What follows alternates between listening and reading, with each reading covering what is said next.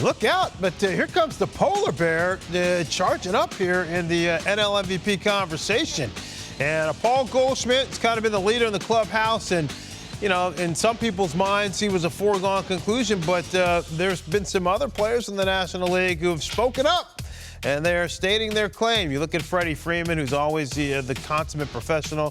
Freeman, a former MVP. Manny Machado literally has had to kind of put the Padres on his back. I mean, no Fernando Tatis Jr. And just recently they had the big trade to get Josh Bell and Juan Soto and Drury. But you know, Soto has not been the guy that we've seen the last few years. So let me go to you first, Carlos. I mean, who do you think? This race has tightened up a little bit. The polar bear, 40 homers, and he's got a chance to lead all of baseball. He's got 130 RBIs. He's got a chance to lead all of baseball in RBIs. Yes. So you're looking at the powers there, also the driving in the run. So that means that he's posting up when they need him to come through in the clutch. So, yeah, he's making a case for an MVP. And you know this, Fran. We've talked about it so much. Black about right there. Look, what are we going to do? Are we going to utilize this MVP? What kind of criteria are we going to use? Are we going to talk about the narrative that the Mets are in first place and he is a huge part of that situation, why he is in first place? Or are we going to go just look at numbers? Because we could say the same thing about Goldie and put him in that context as well. So that's a check. I would have to dive deeper into the numbers. But right here, if we look at the traditional stats, home runs, second, and RBI, he's first.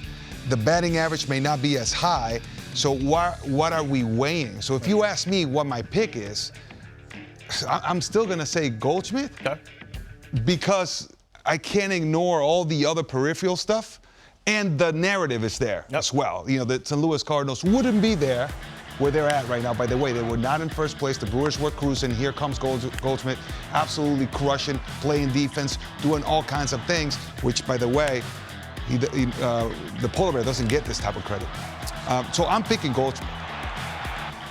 I will say that we'll just throw it out there just to mess with your head a little bit more here. My God, you know what I want to do, right? Yeah, I know, but we're not going there. But you're not allowed. I'm not even going to mention it.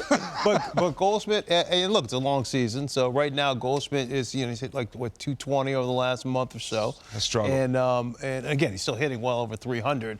But the Cardinals have clinched, so he's not really going to play any more meaningful baseball until the postseason. So from a regular season perspective, he's done. Meanwhile, Pete Alonso, we don't know this. I mean, this weekend against the Mets, Jim, that's going to be a huge series. It is. If he goes out and he goes haywire, you know, does that shift the conversation? Well, I think it plays a big part, yes. Now, I'll go to Goldschmidt. I have so much respect for the player he is and how he works. Yep. And his consistency over the long haul has been absolutely amazing. It's fun to sit up here and talk about this because really, there's several candidates. I mean, Manny Machado's having a great year.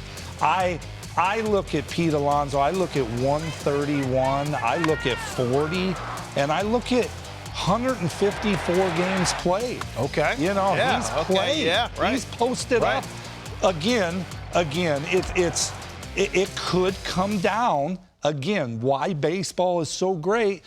We might have this talk on Monday, and it could be totally different. Yes. You know, so this is the fun part. My respect for Goldschmidt is so high that, I mean, he's had a wonderful years. I would pick Alonso. I would pick Pete right now. Okay. Now that would be my call. Okay, so good. So again, like, it is a conversation. It's not a foregone conclusion.